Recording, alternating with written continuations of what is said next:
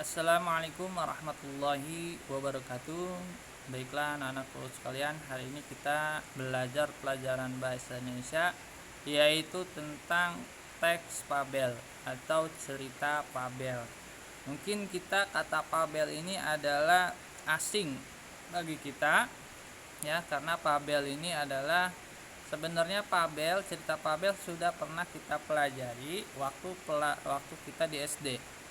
Nah, fabel ini adalah kisah yang tidak nyata atau cerita fiksi atau cerita khayalan. Ya, itu namanya cerita fabel. Nah, kita lihat pengertian dari teks fabel. Nah, pengertian teks fabel. Fabel adalah cerita fiksi berupa dongeng yang menggambarkan budi pekerti manusia yang diibaratkan pada binatang. Karakter binatang dalam cerita fabel dianggap mewakili karakter manusia dan diceritakan mampu bertindak seperti manusia tetapi tidak menghilangkan karakter binatangnya.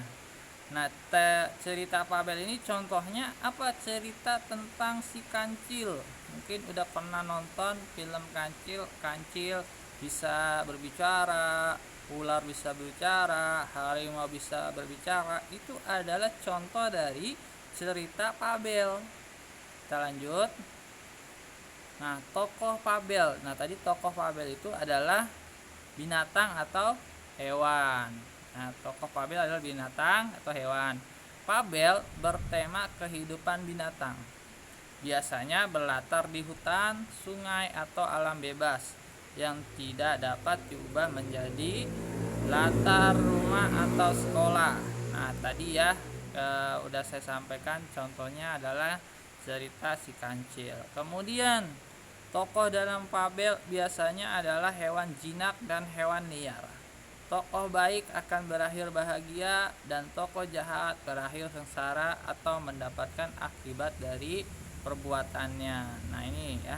Kita lanjut. Kemudian mengenali ciri umum fabel. Yang pertama, fabel mengambil tokoh para binatang. Yang kedua, watak tokoh para binatang digambarkan ada yang baik dan ada yang buruk seperti watak manusia, ya. Watak manusia juga kan ada yang baik dan juga ada yang jahat. Kemudian tokoh para binatang bisa berbicara seperti manusia. Nah, ini kan binatang, ada nggak yang bisa berbicara seperti manusia? Nggak ada, ya. Nah, ini yang ada cuma dalam cerita fabel.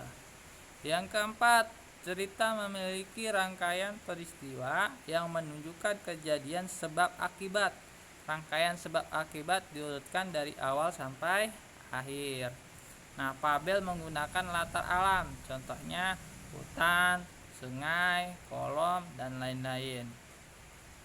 Nah, unsur-unsur fabel. Tokoh orang atau hewan yang menjadi pelaku dalam cerita. Tokoh itu bisa protagonis atau antagonis, tokoh utama atau tokoh pembantu. Yang kedua, ciri tokoh utama adalah pertama itu sering dibicarakan, sering muncul, dan menjadi pusat cerita, menggerakkan jalan cerita. Tokoh pembantu adalah tokoh tambahan. Yang ketiga, penokohan, pemberian karakter pada tokoh. Karakter bisa bersifat protagonis yang disukai atau tokoh antagonis yang tidak disukai.